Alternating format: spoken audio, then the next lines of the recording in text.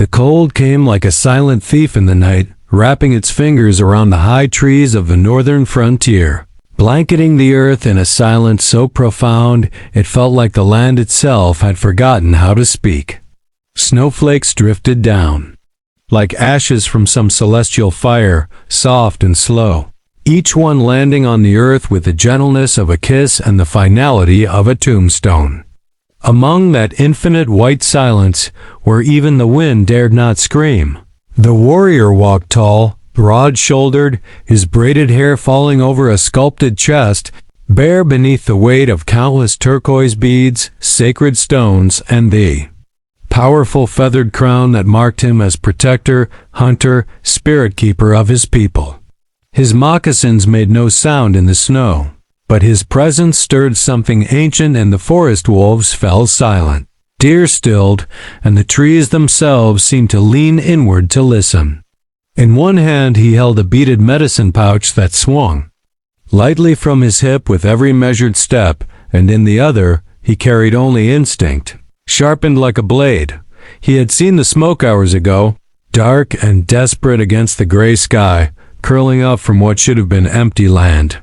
Something told him to follow it, though the snow bit at his skin and the wind whispered caution.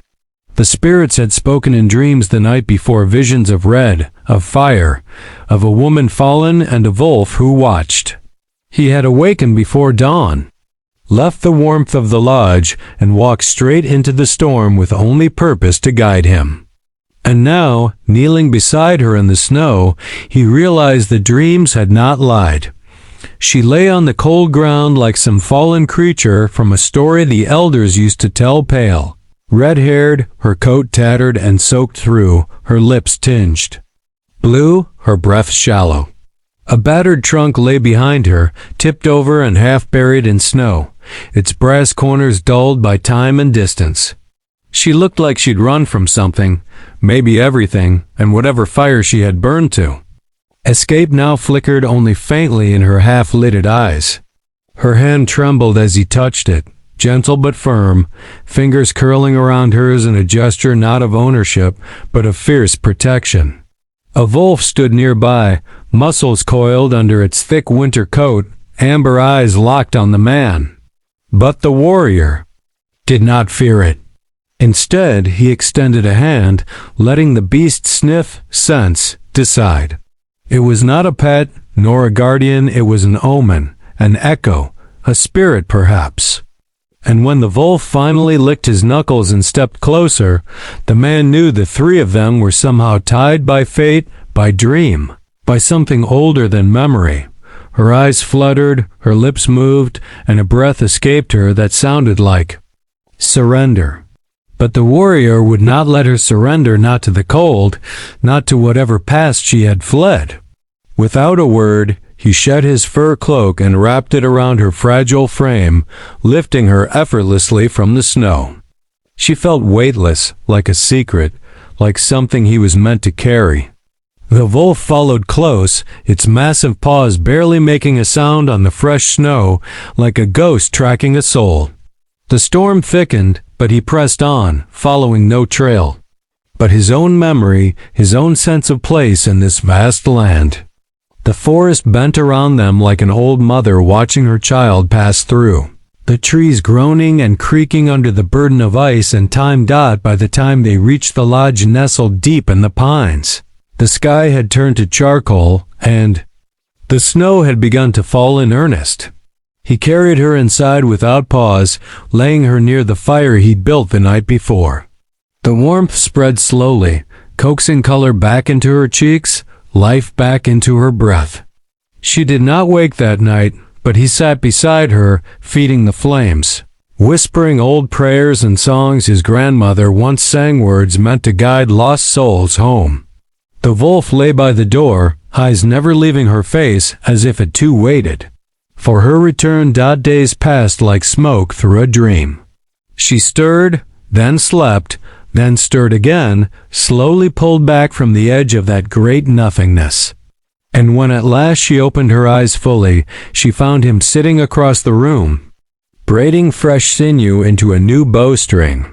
His hair hung loose now, his war paint gone, but he was no less powerful, no less fierce. She watched him in silence, uncertain whether to speak, whether she should trust what felt like a hallucination. But he looked up, and their eyes met, and something passed between them then, not a word, not even a thought, just a knowing. A recognition. He offered her food, warm and rich, and she took it without asking questions. It was days more before she spoke, and even then, only fragments. Names. Sorrow, a town burned, a father lost, men with no honor. She had escaped on foot, hidden in the woods, followed the river until her strength failed. She had no home, no family now.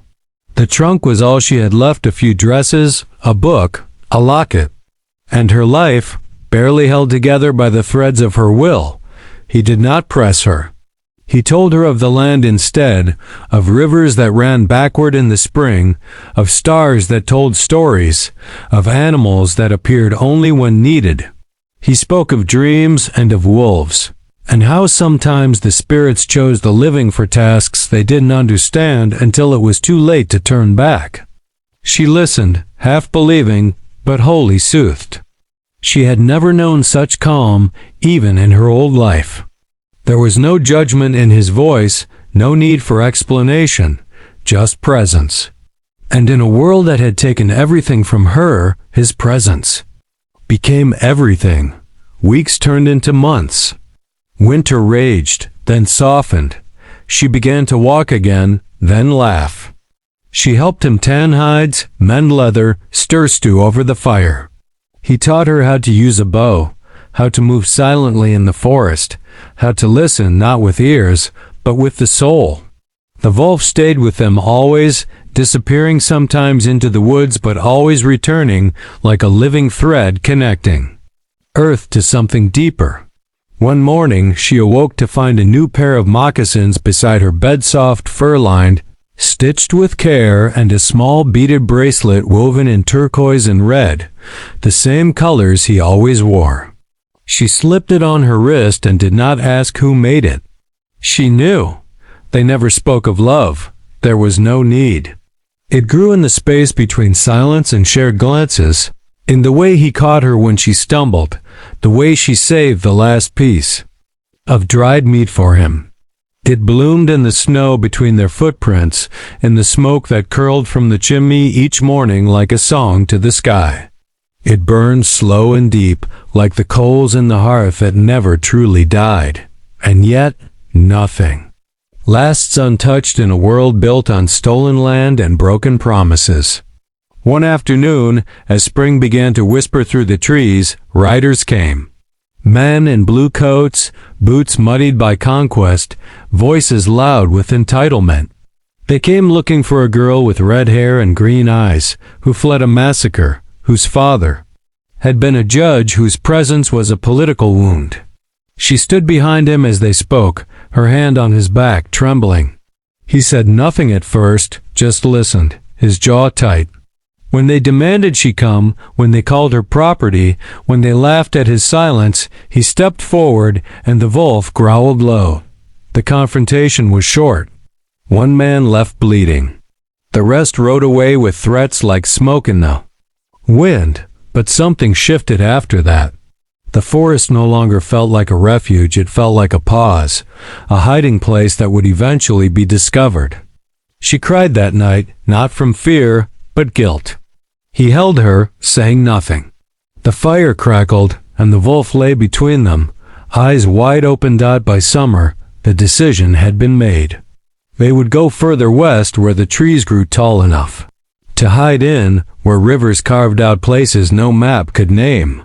She packed her trunk, now filled with memories, not grief.